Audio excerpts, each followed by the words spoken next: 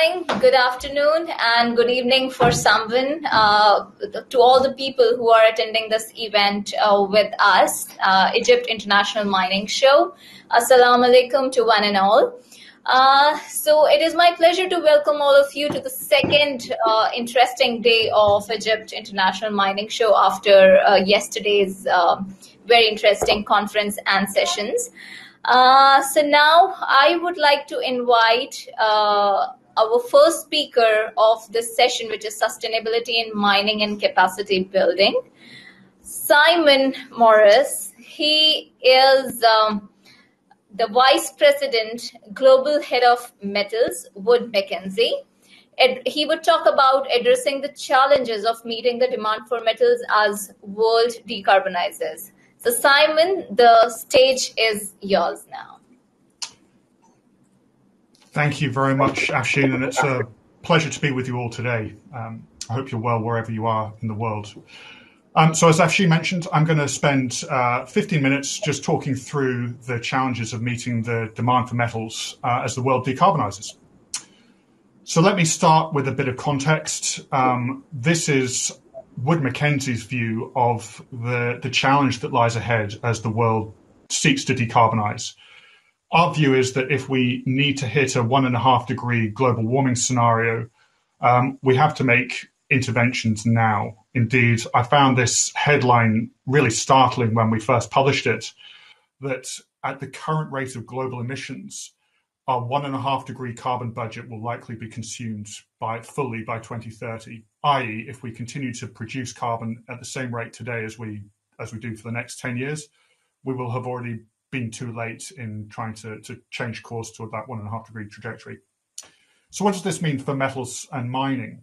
Well, what I'm going to focus on here are these key elements that the majority of decarbonization will take place as we move away from coal, as we electrify our society, as we remove coal or hydrocarbon-based power from our industrial processes, and as we transform and electrify our transportation systems. None of this can happen without the provision of more metals. As we look through this, I'm going to just set a little bit of context, and then I'll talk about 5 key challenges that will exist around providing this or addressing this metals demand. So we've got a clear challenge ahead of ourselves. Metal is clearly going to be at the forefront of meeting that challenge. But this is going to require an incredible level of investment.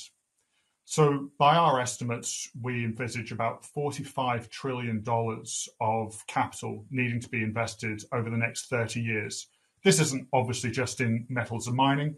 This is around introducing the supply of new decarbonization infrastructure.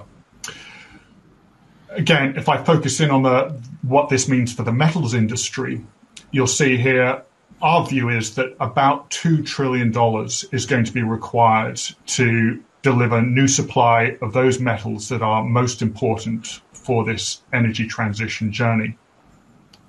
Now, this number actually excludes, this number is only to deliver new supply. The capital required to decarbonize existing capacity is not included here. So if we talk about decarbonizing the production of steel or aluminium, we're probably talking double this amount. So all in all, $4 trillion to decarbonize current supply and provide enough metal for the future. This is clearly a massive challenge for the industry. So let me step back quickly and say, well, what are the key drivers of metals demand per this energy transition journey? So this chart breaks down the key drivers of demand growth related to energy transition. So we've got electric vehicles and charging infrastructure.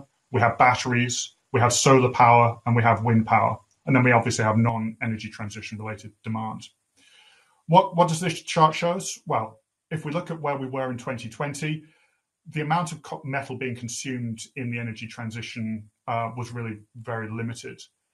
If we roll the clock forward 20 years, it's a very different story. Copper, aluminium are about 25 to 30% of total demand going into energy transition related infrastructure.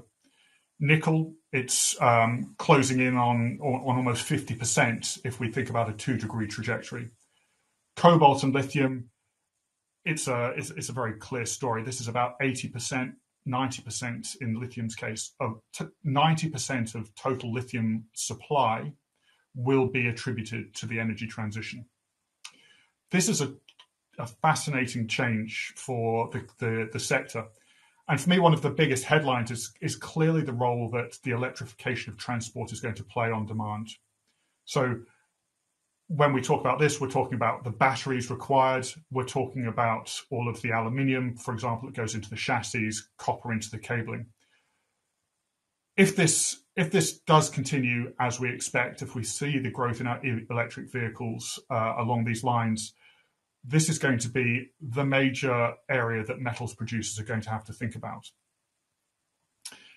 And I'll just round out this story by saying, again, reflecting on the $2 trillion of investment. Over the last 15 years or so, metals and mining across these commodities has seen about $500 billion of investment going in. So over the last 15 years. And that's encompassed the Chinese boom. So one of the biggest growth stories in this industry that it's ever seen only motivated $500 billion worth of investment.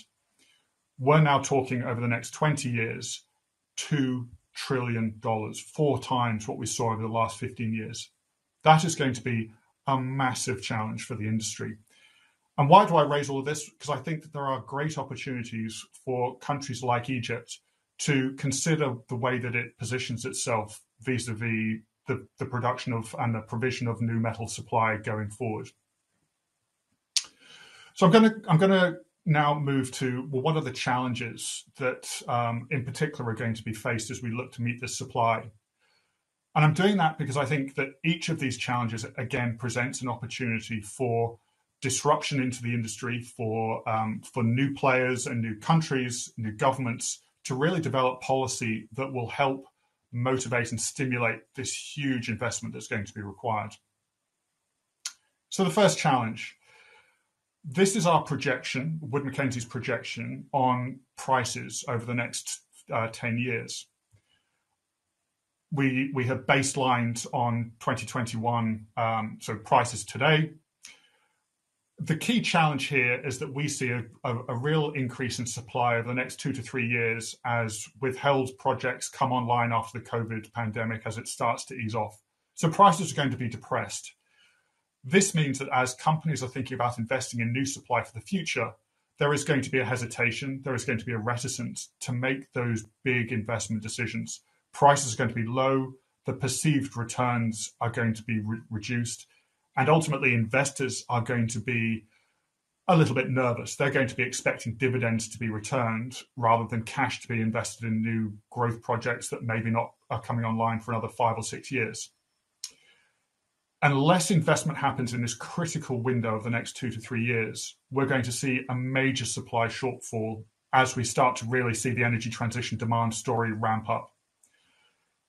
If the industry can work in conjunction with investors, with governments, with consumers to motivate for new supply to be invested in this critical window, even though prices are falling, I think it's one of the few hopes that we have to actually meet this growth in supply. So that's challenge one, a dip in prices over the next couple of years, basically putting off investment that is so critical. The second challenge is around ESG factors, above ground risk. And I see one of the speakers that follows is going to talk about ESG, so I think this could be a fascinating segue. If we look at the complexity associated with those countries where future supply will be sourced from, we see a very clear story here of significant complexity and particularly in those commodities like nickel, like copper, where it's so important to get that investment motivated. This poses a problem. Again, if $2 trillion is going to need to be invested, that money is going to be flowing into more complex jurisdictions.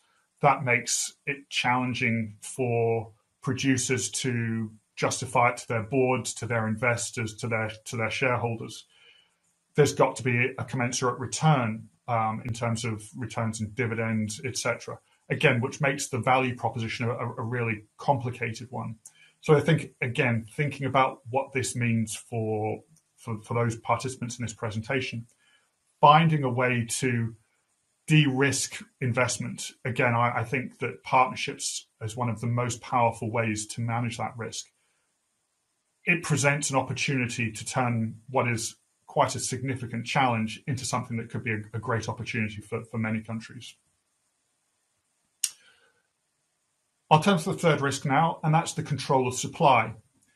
So this chart, the inner circles here show which countries owned supply in these critical minerals in 2000. So we've got aluminium in the center, excuse me, nickel, cobalt, and copper. And the story here is very clear, it's very stark. The growth in the ownership of these critical minerals by Chinese-owned entities has been incredibly significant over the last 20 years or so. We've seen aluminium rising from just under 10% to about 45%, and this is a non-Chinese based production. Similarly with nickel, we're now well over 25%, and you can see that the same for cobalt. I think this chart actually doesn't give the full picture, because a lot of this domestic production, this rest of world production, often has a heavy influence, is heavily influenced by nation state investment and political support. So we see a very clear concentration, increase in the concentration of control of supply.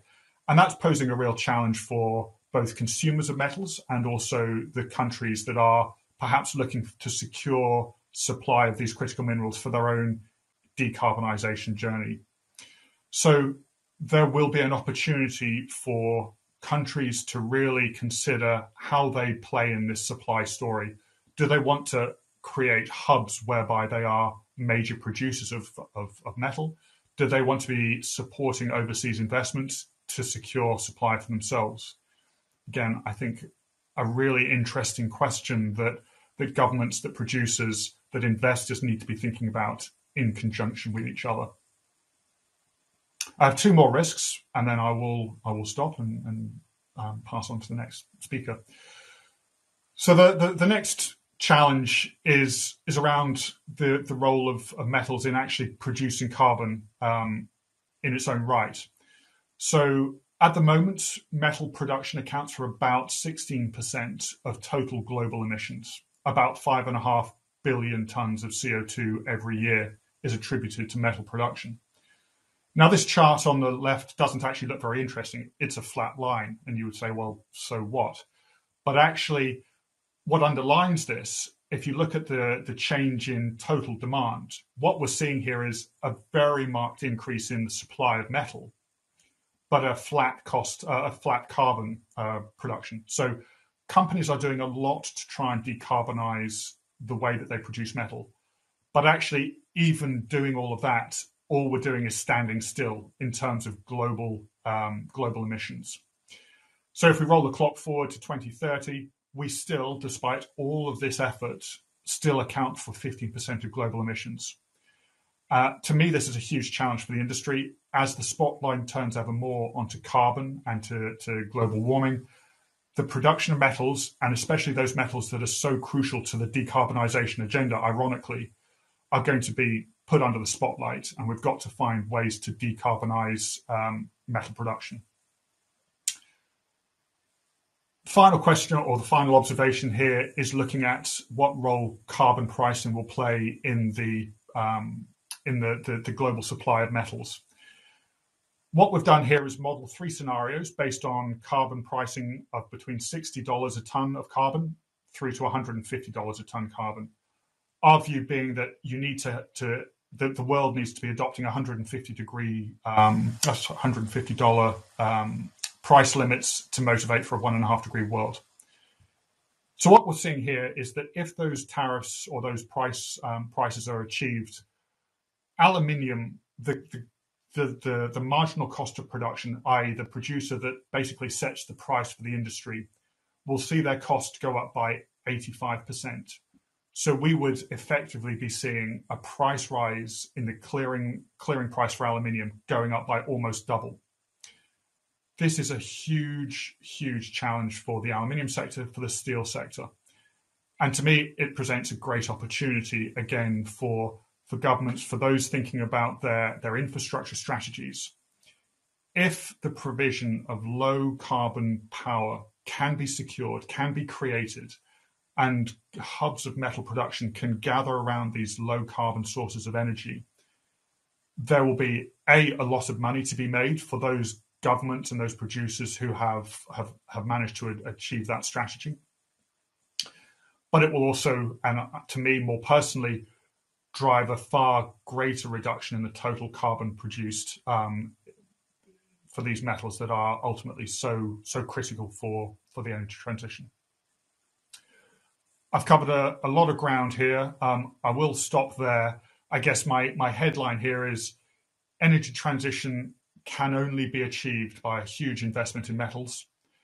That huge investment in metals can only be achieved, given all of the challenges and all of the risks, if there is a very strong collective effort between producers, governments, investors, consumers of metals, and society to achieve this. So with that, I'll stop, and thank you very much. Thank you so much, Simon. It was a very illustrative presentation, and I think the message is loud and clear. For the audience, if they have any questions for Simon, they can please put up their questions in the Q&A section, which is on the right side of their screens, and we may ask him at the end of the session. Next in line, we have a very interesting speaker, Charlene Burgess. She is the managing director of Eco Partners, and she would actually dig into how mining is sustainable. So her title is Mining Sustainable, or is it? So Charlene, please, the stage is yours. Good morning. Thank you very much for this opportunity. I would like to greet everybody all over the world. It seems my connection is a little bit slow, but let's try that again. I would like to discuss mining sustainable or is it? And in terms of mining being sustainable, a lot of people find sustainability difficult because they consider sustainability a problem in terms of what mines cause or how mines are perceived. Charlene, just an interruption. Are you sharing your slides? Not yet. It seems to be problematic. Let me just try again. Yes, please try again, and then you can begin.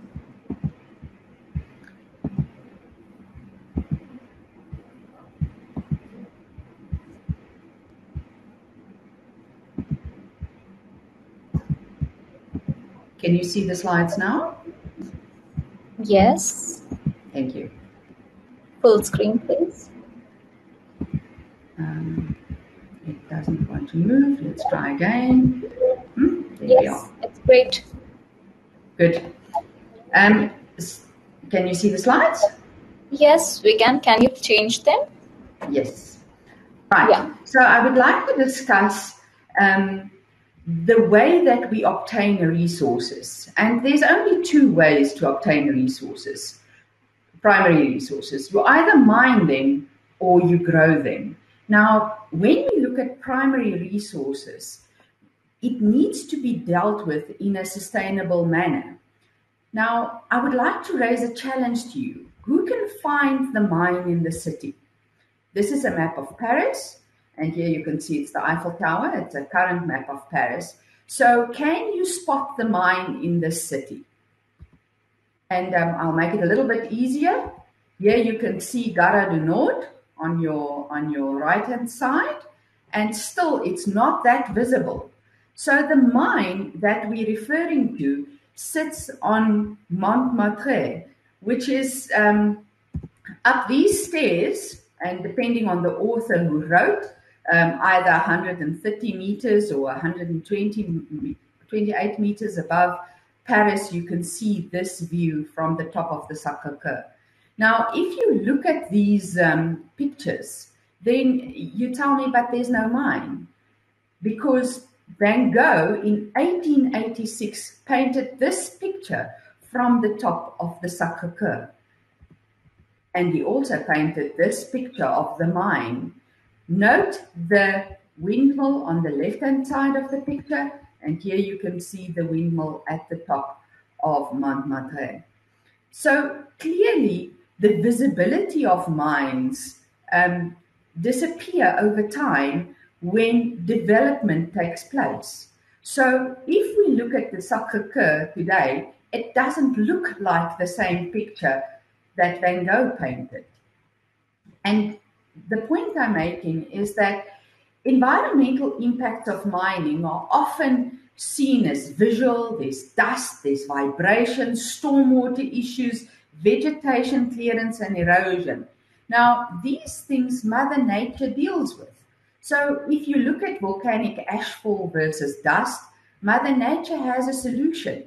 If you look at earthquake versus vibrations, or floods and stormwater, or fire and vegetation clearance, even landslides and erosion, there somehow is a way of solving the problem. The one thing Mother Nature does not have a solution for, so when we deal with the greater disasters, Mother Nature deals regularly with natural remedies very effectively. The one thing that she doesn't have a solution for is waste and pollution.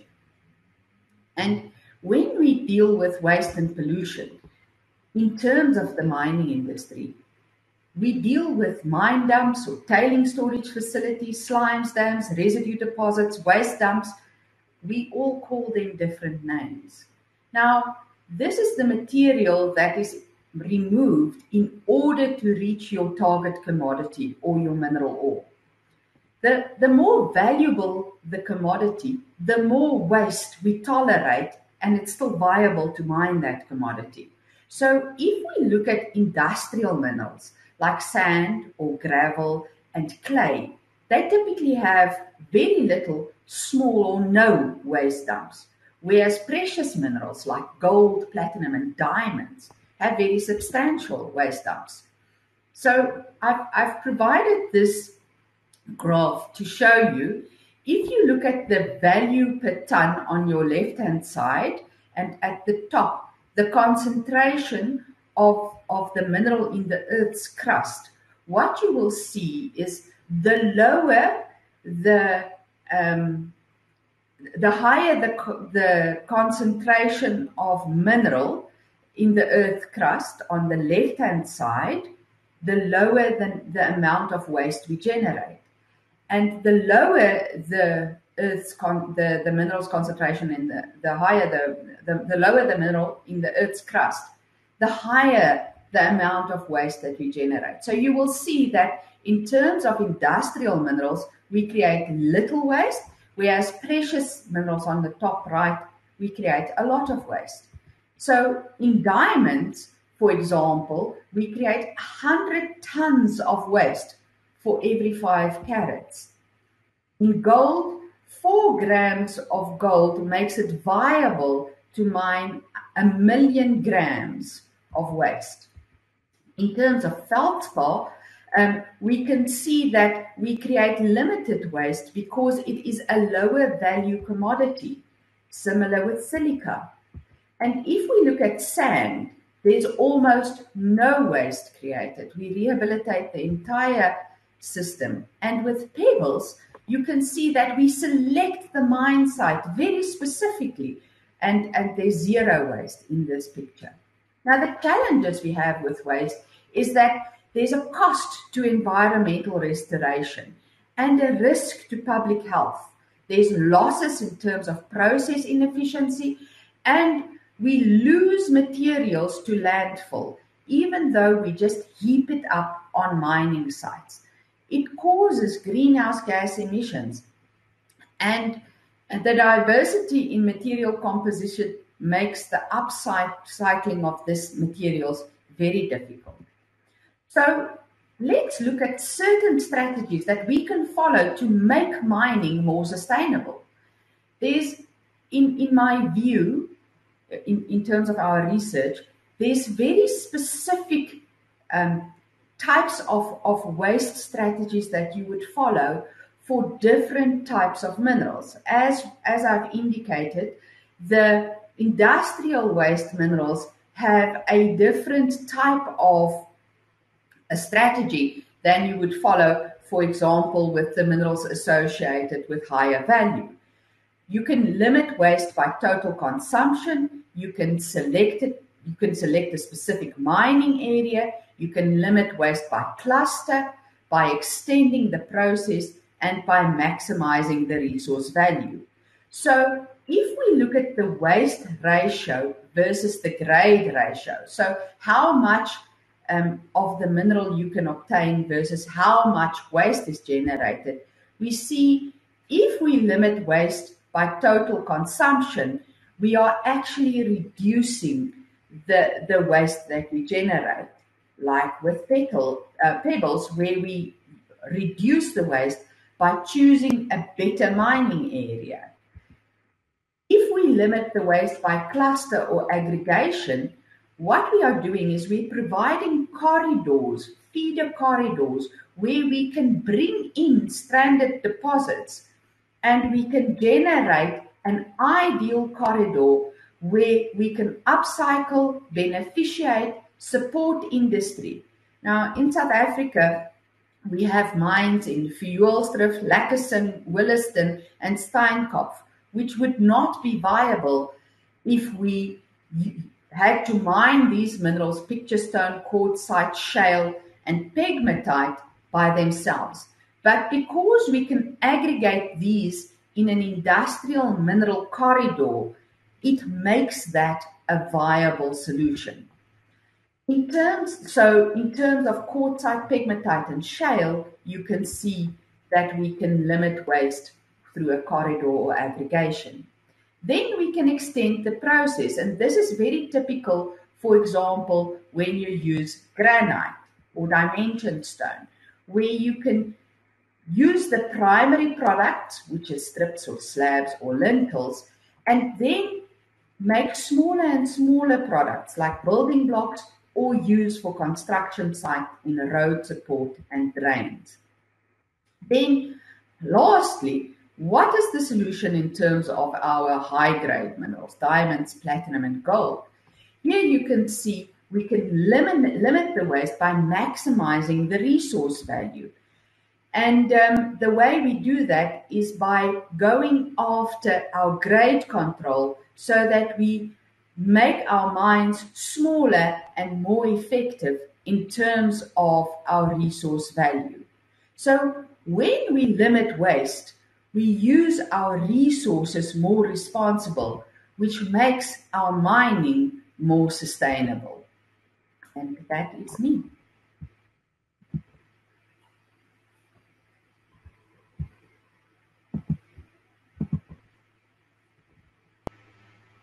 Thank you so much, Charlene. It was a great presentation. Thank you once again. So moving on, we have the next presentator, Masuma Faruqi. She is the consulting director at Minehood. She will talk about the ESG due diligence, a profile of Egypt. Masuma, the stage is yours. Thank you very much, Afshin. Assalamu alaikum. And I believe Cairo has 30 degrees and sunshine. And that sounds absolutely wonderful while I'm stuck in a very cold place at the moment. My task is kind of to pick up from what Simon and Charlene were talking about, is how do you look at the ESG footprint where minerals are concerned? So from Simon, we know that there's going to be a demand for minerals. And from Charlene, we know there are environmental and sustainability concerns. So I'm going to talk about why there's an investment push for sustainable mining and why that matters for the future of the mining sector. I'll then talk about how ESG is being measured. So when we talk about sustainability as a company, as a government agency, what are you being asked to measure? Then I did this little profile for Egypt. I assumed a client had come to me and said, I want to know what Egypt's ESG risk profile looks like. And we figure out what areas of concern there are when we make that profile. So what is this area about sustainability and the investment sector? Now, that's a very busy diagram on your screen right now, but it just shows you the level and demand for sustainable mining practices that are coming through. From the industry side, where you have the ICMM and its principles, you have corporate social responsibility, there's now financial reporting, there are external verification, certification, auditing services, and of course, mining companies themselves are asking or proving how sustainable their mining practices are. So there is this entire plethora of standards, guidelines, and demands, which is saying, show to us that the minerals you have extracted are environmental, social, and governance standards specific. And where you had risk or you had to cause damage, you put in appropriate mitigation strategies in order to address any damage that was being created. Now, my take in this particular presentation is to come at this a little bit from the investment sector, where the money is coming from. So where is the money coming from? In recent 5 years, whether it's pension funds, insurance companies, foundations, sovereign wealth funds, development institutions, all of these companies are now starting to do ESG-specific assets under management. And that number is going to grow in the next few years.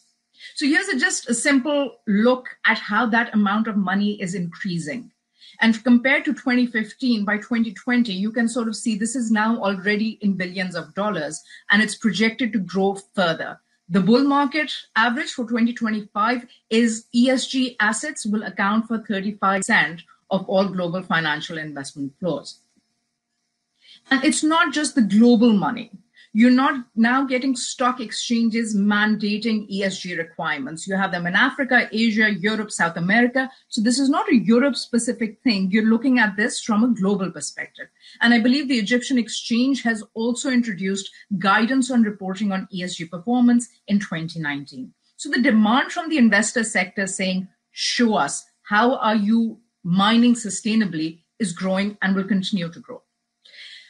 How do you show that you have sustainable mining? Now, there are generally 4 areas where you either have data aggregators such as Bloomberg and Morningstar. You have specialized data providers such as TrueCost, RepRisk. You have rating agencies. We're all familiar with MSCI. S&P has now introduced an ESG index. Moody's, everybody is now saying we're going to rate what your performance is. And then, of course, there are standard setters such as the Global Reporting Initiative, which is used by Sentiment already, and is also the basis of the Egyptian Exchange's reporting requirements. So when we say sustainability, we are asking for specific bits of information to show that you are ESG compliant, or at least taking it into consideration in your business opportunities. Speaking specifically of the mining sector, this is from BlackRock, and 3 categories, E, S, and G, obviously, and certain indicators that are measured under these. And I'll get to them when I talk about Egypt's ESG risk profile. So why is this important? Why is this no more just corporate social responsibility? It is a risk assessment. Because we have now in the finance markets, in the finance sector, said sustainability is a risk to operations and financial investment. And we need to quantify that risk, and we need to know how a company is operating. With the given media of social media and civil society organizations, there's reputational risk. No investor wants to be associated with damage to the environment, local conflict, and other governance issues such as corruption and money laundering. And when you have a social media outrage, shareholders will call the board will have to respond. So the ESG metric is now almost becoming embedded in any investment risk assessment, and this is going to continue over in the next years. So why does Egypt's risk profile matter? With the new mining code and the opening up of the Egyptian mining sector, growth of the LSM sector, large-scale mining, will come from publicly traded companies. And by that, I mean companies listed on stock exchanges. That means majors or medium companies rely on equity and debt investment to raise funds. And anybody who's going to be providing that finance will want to take a look at the ESG risk profile. There is increase in international legislative requirements. I've only given the example of the EU Conflict Minerals Directive, which was on conflict minerals like cobalt, but this is expected to expand to all minerals. And once one region picks up legislation, you can be sure over the next 5 years, other countries will try and emulate that. So this is no longer a voluntary standard. It will be a legal requirement for any company that is hosted in a stock exchange, either in the EU markets or is importing stuff into the EU. So the international legislation is going to increase on this. There is also growing demand for traceability and reporting on ESG metrics. Now, Egypt produces a lot of gold, and the World Gold Council has also set out standards that it expects the industry to adhere to. And traceability and reporting is going to be an important part of that. There is now reputational risk, as I said, for not only investment and pension funds, but original equipment manufacturers, the BMWs, the car manufacturing industry, the solar panel manufacturing industry. They have a reputational risk. So they are starting to actively manage supply chains to avoid ESG-related risks. And active management means two things. Either they will work with suppliers to make sure that due diligence is carried out, or they will cut you out of the supply chain. And just to be clear, even the Chinese are involved in actively managing supply chains when it comes to ESG. So this is not saying, oh, if I have a North American or European market, I need to be concerned. This is going to come through Asia as well. So whichever supply chain you are on, ESG will need to be monitored and accounted for. So I started my risk profile on Egypt. And this is how a normal risk profile would be done by an analyst, but at least within my area. I want to know who the current operators are. And I know this is not a full list, but when I pulled out the current operators, I noticed there is a mix of international companies. So the ones in orange are listed on international stock exchanges, and then there are local private firms in Egypt. So it makes me think, I know what the international guys are likely to be doing. What are the private local operators in Egypt doing? Can I assess what their ESG risk profile looks like? The second thing I do is I look at what is being produced. You've got gold and tin, and then indications for all these other metals. And gold and tin automatically cause concern for me because they're both related with ESG impacts. So gold, you've got mercury poisoning, you've got ASM, artisanal miners.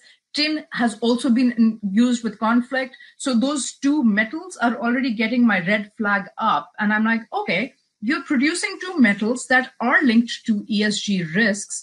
What do you have in place to make sure that these metals are not causing conflict and environmental damage? My last slide, I look at what is the current project pipeline. And I know with recent exploration contracts and licenses being given out, that is a little bit outdated. But what I see is there's a lot of production, 19% of the project pipeline, whereas exploration and prospecting are still at early stages. I would expect to see a lot more prospecting and exploration within the Egyptian pipeline because that indicates to me companies are interested. And I believe that is going to change in the next 5 years. But it is an important indicator. Are other companies going in? If a lot of other companies are going in, that means that's a good jurisdiction. If there isn't that much interest, I'm going to be slightly concerned at that point. And as I said, Barrick, the announcement, it's coming into Egypt is good news. It means an international major player is coming into Egypt. Therefore, there is a risk profile balance in there. So, given that the Egyptian mining sector, one large gold producer at the moment, I look at how does Egypt govern its mining sector. So under the model exploration license and the modern model exploitation agreement, the key words are there. There's environmental management plans that need to come in. There is sustainable development of local communities. There's a social impact assessment, closure plan. So all good. I'm seeing the words and plans that I need to see. There is under law specific allocation of 10% of net profits to social development systems, which has also been made possibly tax deductible for mining companies. Again, that's a good point. That means there is division of profits being spent on local communities. It's not being extracted completely from the country. In terms of employment, there is a ratio of how many foreign to national employees there will be. So there's local job creation. Priority has to be given to local contractors and subcontractors. And there's also a training plan required for mining companies to come in. This is all good. This is hitting proper ESG, good indicators there. On the anti-corruption side, there are payments under the law. They need to be made public. Any mining agreement that is going to be signed will also be made public. So again, good rules on transparency and governance. Then we get to the slightly shaky requirements. One of the things that we did not find satisfactorily addressed is landowner rights and compensation. If a mining license is going to cause a community to be moved, how are land rights being negotiated and how is land access going to come? What is the compensation mechanism? What you do find in the law is EMRA shall cooperate with license holders to resolve any disputes. But then this makes me think, how am I judging the capacity of the EMRA itself? Do I have to look at their governance structures? And they might be perfectly competent people. I don't know. I haven't met them. But as an outside analyst who will only rely on what is in front of her screen, I am slightly concerned where this is not spelled out of what are the landowners' rights and how that compensation system is going to work. The other issue with the law is there is a lot of government discretion, which says the ministry shall make a decision. Now that automatically asks the question, how is this discretion going to be exercised? Of course, you may use it for the benefit of the Egyptian people, but discretion always alerts me to corruption and other political interference indicators. I'm not suggesting that is what the Egyptian government will do, but discretion is different from assurances and strict regulations, and it makes me nervous. And this is particularly true for the licensing and fiscal regime. Now, royalties can range from 5% to 20%. Again, that's a very wide bracket, which will be negotiated at the EMRA. Now, I don't know, for every project that comes in, is it going to be towards the 5? Is it going to be towards the 20? How is this going to help with government revenue? And how will this be distributed within the national budget of Egypt? So again, areas of concern when I look at governance. Now, given that review of the law, and I've only looked at the law, how is the ESG risk profile shaping up for Egypt? Under the environment impact assessments, green. There is clear guidelines on what the impact assessment, social and environmental, need to include. Land rights are a little bit hazy. They're not clear. Water should also be covered under a good EIA environmental assessment, and we should know what is going on. Monitoring by regulators, again, I don't know because the sector is now going to blossom, we don't know how effective the regulators are going to be in monitoring all of these. There's an environmental closure plan included under the law, so rehabilitation is taken care of. On the social side, again, relocation, not clear. Social licenses, I put that in red because while there is a social impact assessment, there is no clear requirement of a community development agreement. Now, a community development agreement may come through the social impact assessment, but it's not a requirement that would need to be there. Fiscal stability, sharing profits, like I said, just because of the level of discretion there, I don't know what's going to happen. And therefore, I'm going to put it into a red category. Permitting, like we said, there's a system there. There is discretion involved. And until this becomes operational, it becomes difficult to judge what that permitting process is going to look like. And finally, on governance, sustainability is thrown throughout the mining code, which is a good thing. Health and safety, I believe the EBRD has been funding health and safety programs in Egypt, which is great. You've got security, and then you've got employment training, which is again covered under the law.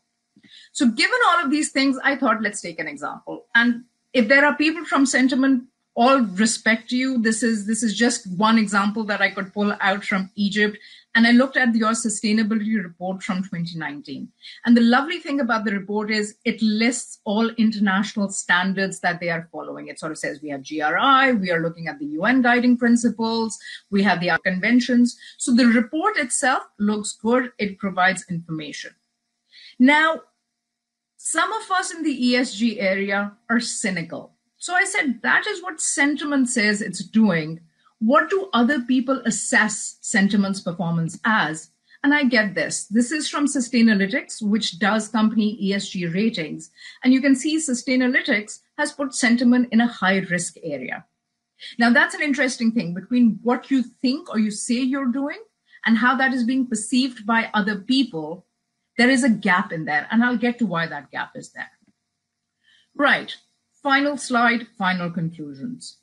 I believe the legal framework carries the foundation for a stable ESG regime.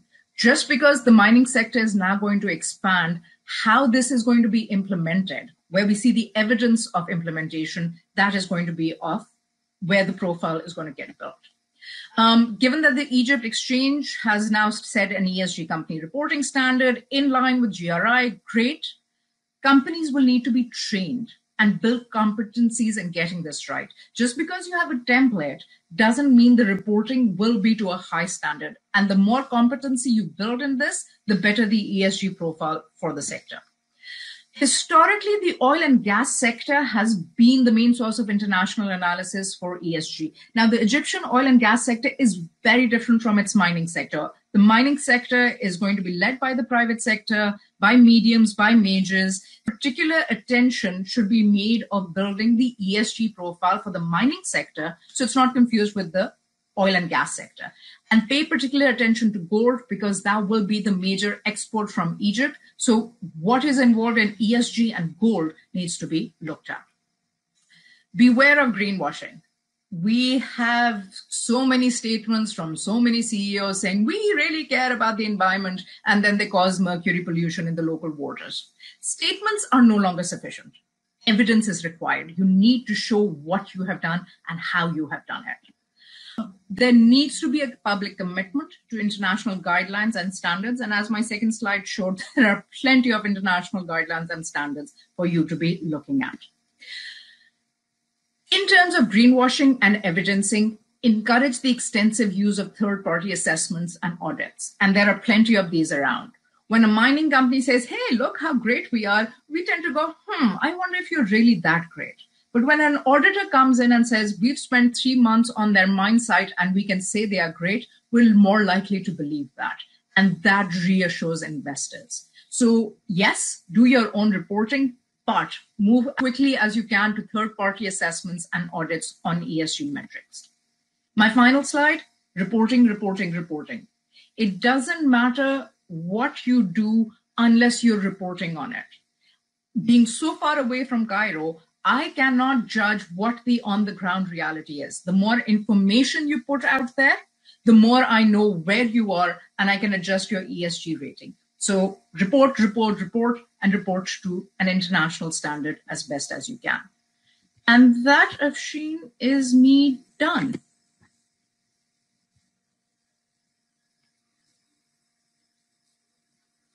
Sorry, Afshin, you're on mute. I can't hear you.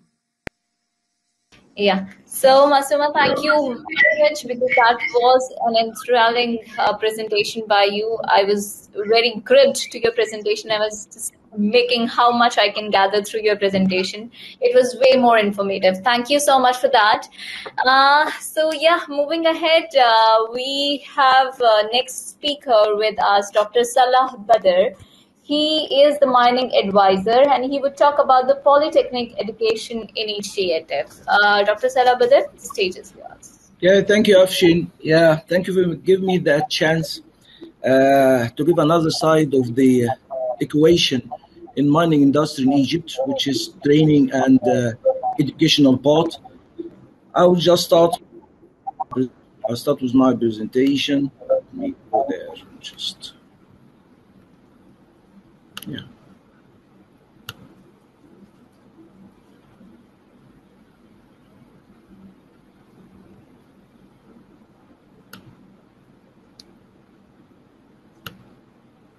Is it up now?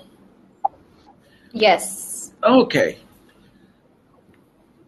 So today I'm going to cover a subject regarding the Polytechnic educational initiative that we have been working on it for the last 6-7 months with some of my colleagues and partners, and it's all coming together under the umbrella of the Egyptian vision for the 2030. Egypt is not new for mining. Egypt has been there for thousands of years. But the nice thing is Egypt, Sudan, and Saudi Arabia is coming to be a very nice place. And actually, I suppose it's a triangle of wealth that's untapped to this point. And I think these three countries are to be working together in developing their mineral resources and sharing strategies, and they have already started that, and sharing law, legalization, and exchange experience, manpower, and technology.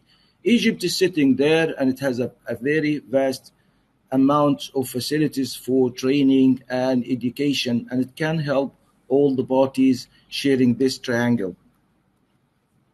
Again, I'm covering some of the aspects about Egypt. The mineral resources in Egypt is not only gold, which I see everybody's looking after, but Egypt has a lot of phosphate, iron, copper, lead, zinc, and black sands projects running now. And of course, gold is the main target for the time being, and the most exciting thing happening in Egypt. There's a few of recent projects that have been launched in the last 4-10 years, and some of them is in the black sand, which should start very soon this year, and it costs $285 million of capital. Another big project in phosphate that is going to cost around $1 billion. And finally, we have a big complex for phosphate and fertilizers already been launched and started, and that project is the biggest in the North Africa. So mining is not new in Egypt. Mining is expanding and actually growing in every aspect. It's not only base and gold. Now, and the government actually was focused heavily in the last 5 to 6 years in that aspect. And His Excellency Engineer Tariq Al-Mullah, our Minister of Petroleum and Mining Resources, have already highlighted the strategy in AmChem in March 2021, and one of the pillars, and actually the foundation for Egyptian strategy to grow, is building capacity or capability building. Now I'm looking at the history and the status of our manpower in terms of the mining-related manpower. We are looking for, in the last 100 years, that we don't have much of exploration happening in Egypt, with a few exceptions. There are only a few specialists here, and a few of them are in senior level. Centamin have done a good job in Egypt in the last 12 years, but there's only a handful of people available out of Centamin that actually can do business in mining. Mining companies, actually, that's the conclusion, will face an issue to acquire well-trained, experienced persons in Egypt. Ministry of Petroleum have already started training programs last 2 years with IMRA employers and staff, and they are trying to catch up with that change, the massive change upcoming to mining industry in Egypt. In conclusion, Egypt mining industry changed its direction as world standard mining codes have been issued. The Egyptian mineral workforce is small, with modest skills. The need for local skillful manpower is rising, with no current quality supply. By law, the training budget must be fulfilled by exploration companies and operations.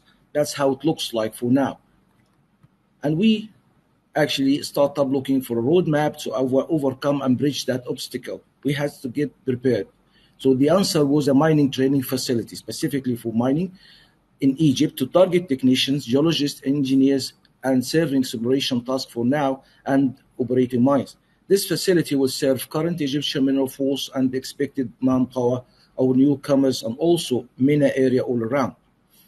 The conditions for this mining training facility must be facilitated few upgrade of what we are doing in the academia for now. And I'm an academician for 25 years and I'm already operating in mines for more than 15 years. We are looking now to facilitate a competency-based training experience for our participant. And we have to replace classrooms by field practices and skill development. We have to actually bring professional practitioners who did the technical function before as a trainees for our workforce. We are going to expand as much as we need as the industry in Egypt expands. And from all that conditions needed and the answer, we come up with the idea of the Ferrous Mining Polytech, the BMP. The Ferrous Mining Polytech is an idea that was initiated a few months ago with some colleagues. I will name them at the end. And the idea was very simple. Technical training in a practical sense, not in an academical way. We are not going to run a geoscience degree program. There are already universities in Egypt for this. Our goal is to provide practical experience for graduate geologists, and that's very highly emphasized, graduate geologists, before they go to work for actual companies. That's also apply for other disciplines in engineering or chemist or whatever. This will be in the form of a field camp, an overview exploration, field work, exploration itself, mining softwares, and mineral economics. We also plan to offer training for various trades such as drilling, core prep, geotech, and camp operation, HSE, and mineral economy. We provide training at a reasonable station. That's our goal, so that we can be available for everyone who wants to change career or cover up his gaps. Our trainers will be an experienced industry veterans and will use required equipment such as drilling rigs, core saws, or core equipment, or core shades to help to do that. So that's the essence of the BMB. It's actually crossing the bridge. We start the partnership with a number of targets. We target companies that already start up investing in Egypt or actually looking at Egypt as a potential. We look at the local, we look at the international. We started already with these companies, and we have a very positive feedback for the BMB, and they are really keen to support and actually participate. We intended to offer a more extended course of learning, actually, to partnership with the Egyptian government personals in IMRA and UMI. In particular, we are emphasizing with the government personals on the modern exploration techniques and mineral economy and the economics of mineral exploration and mining, which is actually, let's say, the next 10 years business. This is how we imagine the BMB to be, a format of an educational place that contains an admin building on the left. This is just an admin and classroom building, and behind that we have beds, just a flat bed with covers actually to practice the business under a cool shed or a drilling bed or a mechanical place or others. So the format of the BMB is simply a workplace, not actually a study place only. The component of the BMB, as it looks in the right side, we have to choose a place where BMB could be partially a classroom. We have to accommodate who's coming to get trained. We have to have a very closed training place actually in the field. So we need a field station nearby. Also, we need an access directly to an operation which is not too far from the BMB location to complete the setup. And of course, an exploration sites, which is actually done during this timing of the license that has been issued. We need an exploration sites that are in reach so we can complete the loop of training our students. So the idea is they will be trained inside, they will be trained outside. We will facilitate a nice place for accommodation. They have to reach to an operation which is not too far. And finally, there is a lot of exploration activity nearby to visit and spend some time for COP training. This is where we have already decided where BMB could be. BMB, if we look from the left to the right, we are looking for a place called Marsa Alam. He's not too far from all the activities in Egypt. It's at the Red Cross there in the southeastern part of Egypt next to the Red Sea. And when you look for the next map there, Marsa Alam is located in the middle of all the new concessions that has been offered in the first bidding and the second bidding also. And the good thing in that ingenious location is it's around, in the last map, it's around 25 kilometers from Sukkari operation. So we have an operating mine and we have all the exciting exploration activities next to us. We are only 60 kilometers away from the air. It's an international airport in Marsa Marsa Alam. The accommodations is only 20 kilometers away from Marsa Alam, or the location we decided to start B&B there. The study and the model study in B&B is simple. We will start with geology and all the discipline related to geology. Then we will grow as the industry grow and the needs are coming in to Egypt. The idea is we are going to practice field geology, mapping, lithology, identification, sampling, the drilling programs, combing and management, logging, computerized techniques for resource modeling, compile geology reports, and finally, exploration project management. All of these are, in a nutshell, is our starting point in the business of running B&B. And of course, the offering in B&B will be a scheduled offering around the year and also some tailored courses upon request. The structure of B&B is simple and straightforward. There will be a principal and a deputy principal for academia and the other for financial and admin. Teaching staff will be under the academia, and students are all the stakeholders will helping them to get trained and get ready for that. The mode of the study is short courses, 14 days and 8 hours a day in and out for every one of the target courses in our curriculum. The work plan, we have already started that month is now, and we have already established our work plan and the roadmap to develop the B&B. In our stage number 1, which actually related to initiation, we established partnership between B&B founders and a management group, the key players in Egypt, developed a proposal and the legal and funding structure considering different options that has been completed. We went public today, as you see, and we are running through a funding raise at the end. We communicate with all the parties that are interested in education development. It's already been done. We communicated with the governments and local key players, companies who are interested in that too. And we are at the stage to start fundraising in the framework we decided for this, for the B&B. Afterward, we'll start up doing the construction phase and building our place to start up offering our services. As a closing remark for B&B, in Egypt, one of the main policies objective is to achieve sustainable development in mining. We are new starters, so with an emphasis on employment generation and poverty reduction, social equity, and environmental integrity.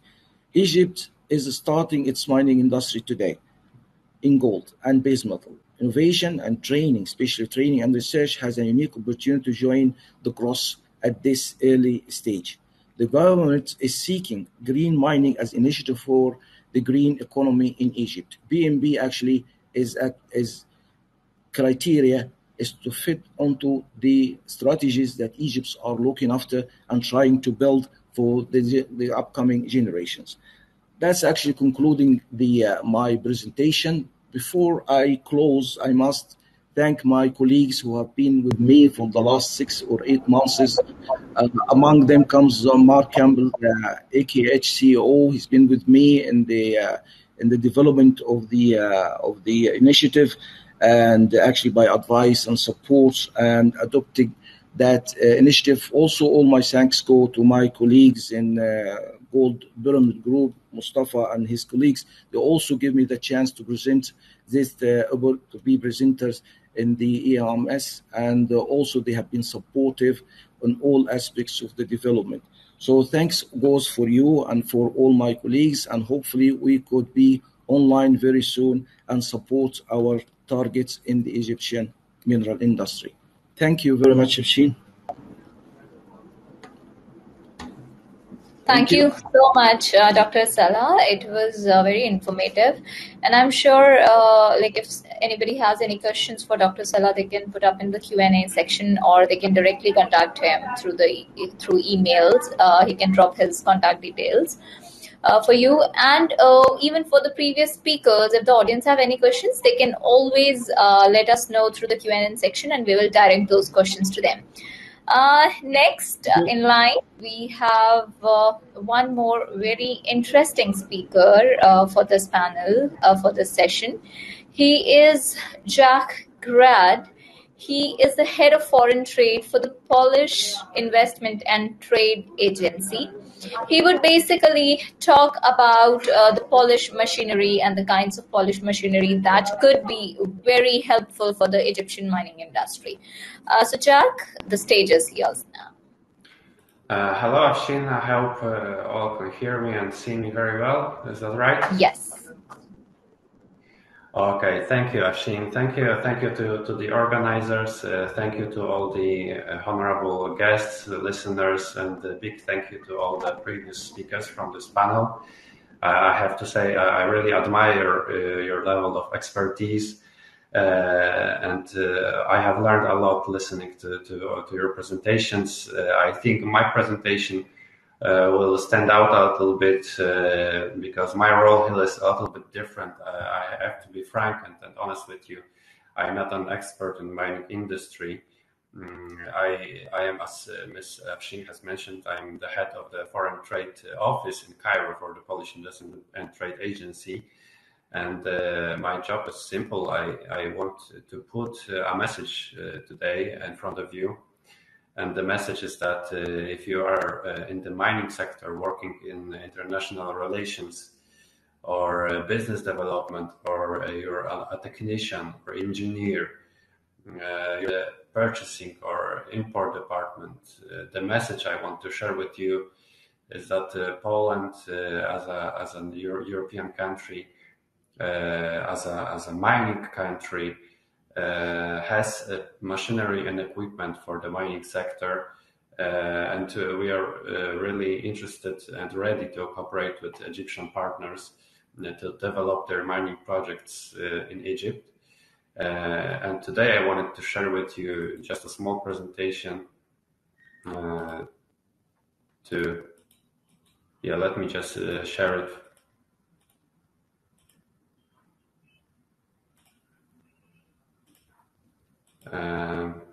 Can you see the presentation now?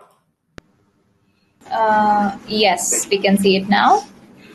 Okay, great. So, as I have mentioned, this presentation will be about machinery and equipment from Poland. We'll present 3 companies that have these products that you can see on your screen now. This is steel grinding balls, ropes for shaft mines, mining chains, but also other machinery and equipment from Poland. These are the 3 companies we'll present today, promote them. But I wanted to mention that Poland in total has more than 200 suppliers of machinery and equipment. We supply mainly the German market, the American, the USA market, and the Russian market. These are our three main buyers, 3 main buying countries or importing countries.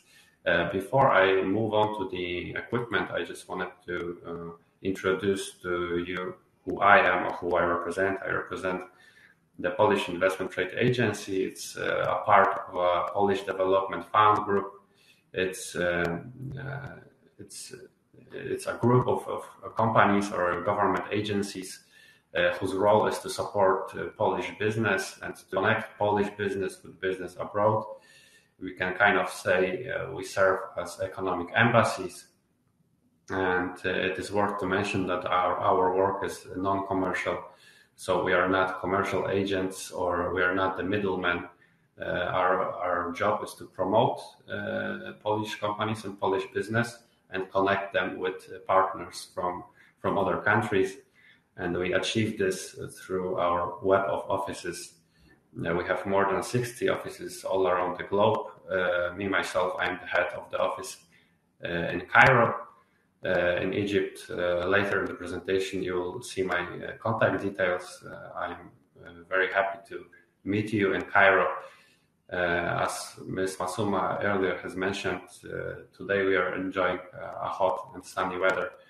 And we really enjoy our station in Cairo.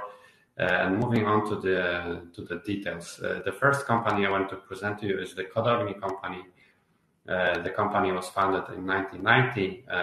It has a very straightforward offer, produces steel balls used in the processing plants of copper, zinc, lead, and rock ore.